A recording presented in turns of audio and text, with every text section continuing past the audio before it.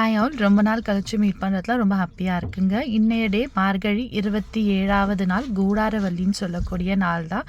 இன்றைக்கி நம்ம வீட்டில் ரொம்பவே விசேஷமாக இருக்குங்க. அந்த மாதிரி விடிய காலையிலே எழுந்திரிச்சு வாசலில் கோலெல்லாம் போட்டுட்டு தெருவில் தோரணங்கள்லாம் கட்டி தொங்க விட்டுருக்கோம். ஒரு மாதிரி வீடே பாசிட்டிவாக இருந்துச்சு. பொங்கல் கிளீனிங் எல்லாமே முடிச்சுட்டு தான் இந்த ஒரு பர்டிகுலர் ஃபெஸ்டிவலை நம்ம படைக்கிறது எப்போவுமே வழக்கங்க. அதே மாதிரி தான் இன்றைக்கி அழகாக தோரணங்கள்லாம் கட்டி காலையில் விளக்கேற்றி சாமி படைக்க ஆரம்பித்தாச்சு.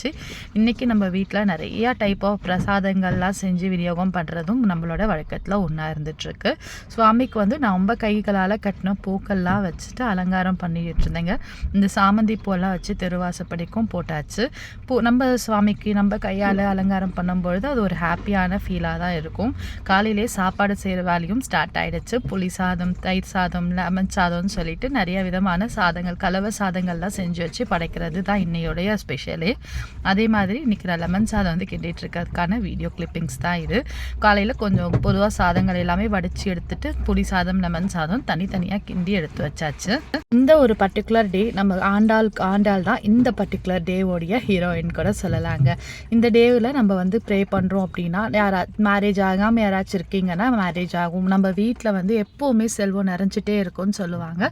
அதுக்காக எஸ்பெஷலி இந்த டேவை நம்ம ப்ரே பண்ணிகிட்ருக்கோம். இன்றைக்கி நம்ம வீட்டோடைய ஸ்பெஷல் என்னென்னு பார்க்கலாம். சக்கரை பொங்கல், தயிர் சாதம் வச்சு கிளறி இருக்கேங்க. அடுத்தது லெமன் சாதம், சூப்பராக இருக்குல்ல பார்க்கவே. அடுத்தது கொண்டைக்கடலைன்னு சொல்லுவாங்க, வெள்ளை கொண்டைக்கடலை சுண்டல். அடுத்தது புளி சாதம் செஞ்சுருக்கேங்க. சாமிக்கு படைக்கிறதுக்கு மட்டும் உளுத்த வடை எடுத்து வச்சுருக்கேன். வெங்காயம் போடக்கூடாதுங்கிறதுனால வெங்காயம் இல்லாமல் எடுத்து வச்சுருக்கேன்.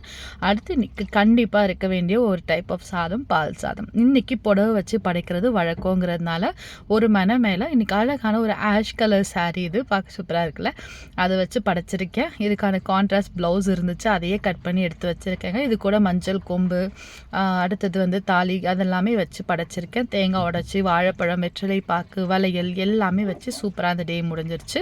வீடியோ பிடிச்சிருந்தா லைக் பண்ணுங்கள்.